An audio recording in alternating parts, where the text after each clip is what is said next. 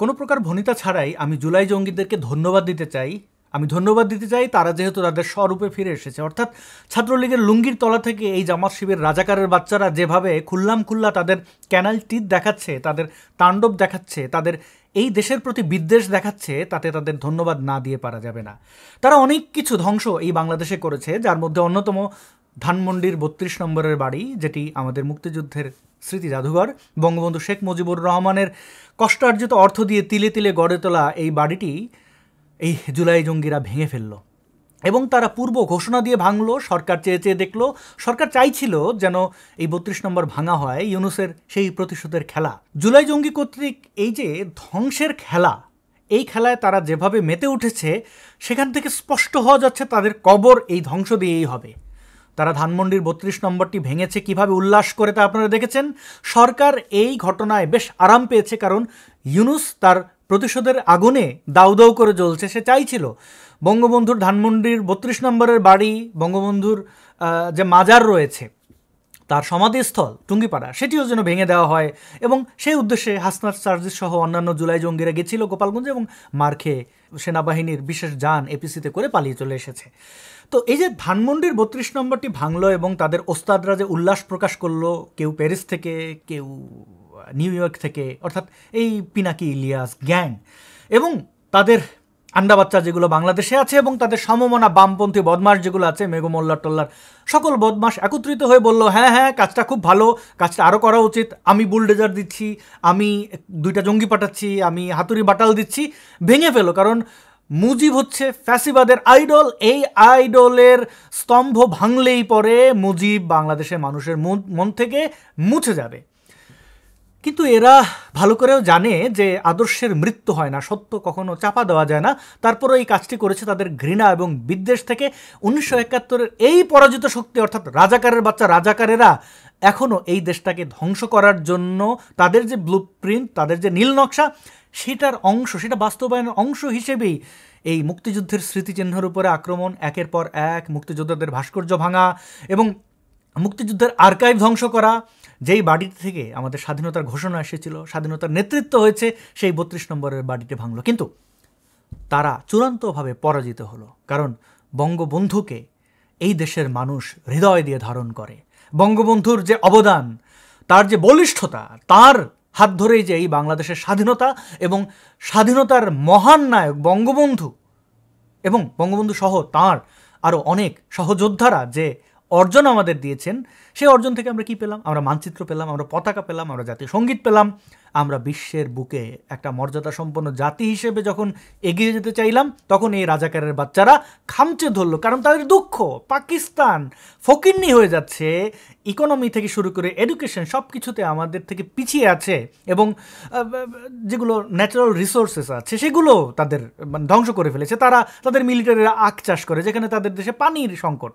তো এই বর্বরতায় বেশ তাদের দেশের অধপতন দেখে এই বাঙ্গু জামাত, বাঙ্গু পাকিস্তানি যেগুলো আছে জামার শিবির, তারা বেশ অখুশি হলো এবং তারা ধ্বংস করতে চাইলো। কিন্তু এই যে ধানমন্ডির ৩২ নম্বরের এক একটা ইট বিশ্বের সব দেশে ছড়িয়ে গেছে। আমি প্রায় 10,000 কিলোমিটার দূরে অবস্থান করছি, কিন্তু আমাকে বীর মুক্তিযোদ্ধা ভিনসেন্ট রোজারিও ধানমন্ডির ৩২ নম্বর থেকে তিনি গিয়ে এই ইট সংগ্রহ করে এনেছেন এবং সেই ইটের মধ্য থেকে আমাকে কিছু অংশ দিয়েছেন এবং আমি এইটি সযত্নে রেখেছি, 5টি টুকরো, এবং আমি এটিকে ফ্রেমে সেঁটে আমি 3টে টুকরো বের করলাম, আমি সেটে আমার ঘরের দেয়ালে রাখবো। এবং বাংলাদেশ যখন আবার পুনরুদ্ধার হবে, মুক্তিযুদ্ধের পক্ষের শক্তি যখন আবার স্বাধীনভাবে এই দেশে হাঁটতে পারবেন, চলতে পারবেন, বুক ফুলিয়ে চলা যেটাকে বলে, তখন আমরা প্রত্যেকে যার যার কাছে এরকম বঙ্গবন্ধুর স্মৃতিচিহ্ন আছে,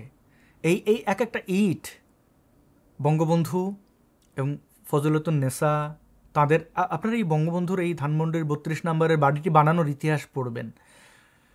একটা একটা করে বলতে গেলে বঙ্গবন্ধুর পত্নী তিনি জড়ো করে এই বাড়িটি বানিয়েছেন সরকারের কাছ থেকে লোন নিয়ে।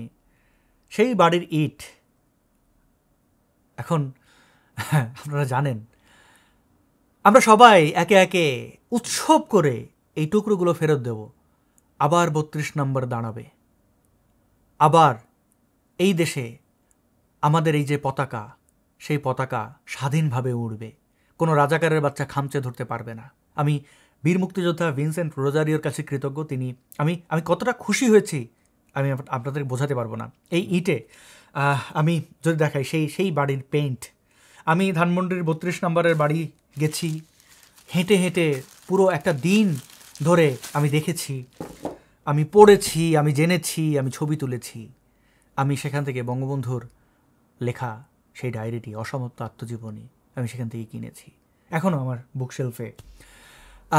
এবং বঙ্গবন্ধুর কারাগারের রোজ নামচা, তার চিনস অফ ওয়ার, এবং অবশ্যই অসমাপ্ত আত্মজীবনী পড়ে মানে এই মানুষটি কতটা মহান ছিলেন, তার প্রজ্ঞা কতটা, মানে ডেপথ, চিন্তার ডেপথ কতটা প্রখর ছিল, সেগুলো জানতে পেরেছি। আরও জানতে পারলাম এই 24 জুলাই সন্ত্রাসীদের তাণ্ডব দেখে।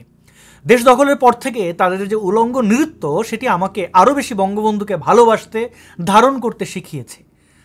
আমি এই বাংলাদেশের একজন নাগরিক হিসেবে মুক্তিযোদ্ধারা যে আমাদের কাছে কত গুরুত্বপূর্ণ, তারা যে আমাদের কত বড় একজন হিরো, সেটি বুঝতে সাহায্য করেছে জুলাই জঙ্গিদের আচরণে।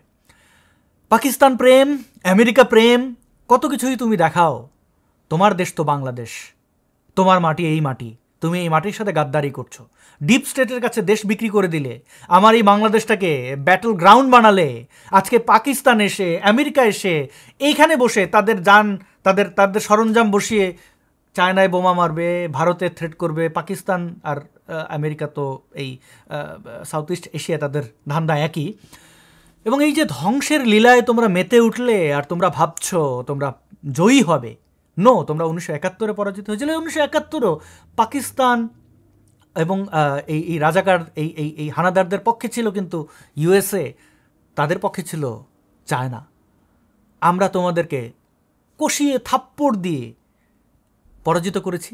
থাপ্পড় না, শুধু রাজাকারের বাচ্চাদের তো বেয়নেট দিয়ে কুচিয়ে কুচিয়ে শাস্তি নিশ্চিত করা হয়েছিল। এবং তাদের কাওয়ার্ড মিলিটারিরা স্যারেন্ডার করেছে বাংলাদেশ ভারতের সেনাবাহিনীর কাছে, যোদ্ধাদের কাছে, এবং কাপড় চোপড় খুলে সারেন্ডার করেছে, এবং জেল কেটে নাকে খত দিয়ে আব্বা ডেকে পাকিস্তানে জীবন নিয়ে পালিয়ে গেছিল।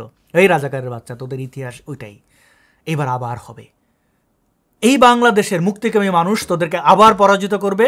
তোরা এই বাংলাদেশ থেকে পালিয়ে যেতে পারবি না রে। তোর বাপদাদারা, রাজাকারের বাচ্চারা যেভাবে পালিয়ে ভারতে গেছিল, বিভিন্ন জায়গায় গিয়ে লুকিয়েছিল, জিয়াউর রহমান তাদেরকে আবার পুনর্বাসিত করেছিল, এইবার তা হবে না মামা। কারণ তোদের সবকটার চেহারা ইন্টারনেটে তোরাই আপলোড করেছিস, এবং কি কি অপরাধ করেছিস তা সব কিছু তোরাই আপলোড করে, সব কিছু তোরাই নথিবদ্ধ করে রেখেছিস। সেই নথির বাইরে তোরা যাবি কিভাবে? যে কটা রাজাকারের বাচ্চা আওয়ামী লীগের লুঙ্গির তলায়, বিএনপির লুঙ্গির তলায়, আরও অন্যান্য জায়গায় বিভিন্ন ক্ষমাদরে, এবং এই ওয়াজ ব্যবসায়ী যেগুলো ছিল, সবাই কিন্তু তাদের স্বরূপে ফিরে এসেছে। এবং তোদেরকে ধন্যবাদ তোদের আসল চেহারা দেখানোর জন্য, এবং তোরা যে রাজাকারের বাচ্চা সেটা আমাদেরকে হাতে কলমে বুঝিয়ে দেওয়ার জন্য। আমি কথা দিচ্ছি, আমি শপথ করছি, এই ইট সহ, মানে এইগুলো সহ আরও পৃথিবীর যে যে জায়গায়, বাংলাদেশের যে যে জায়গায় ধানমন্ডির 32 নম্বরের স্মৃতিস্তম্ভর যা কিছু ছড়িয়ে আছে, সব আমরা একত্রিত করব। বাংলাদেশে মাসব্যাপী উৎসব হবে। পৃথিবীর শ্রেষ্ঠ আর্কিটেক্টরা এসে এই বাড়িটি আবার সংস্কার করবেন, নির্মাণ করবেন। প্রয়োজনে সেটি স্টেইনলেস স্টিল দিয়ে বানানো হবে। তোরা যতবার ধ্বংস করবি ততবার আমরা গড়ব। দেখি কত তোরা ধ্বংস করতে পারিস আর আমরা কত গড়তে পারি।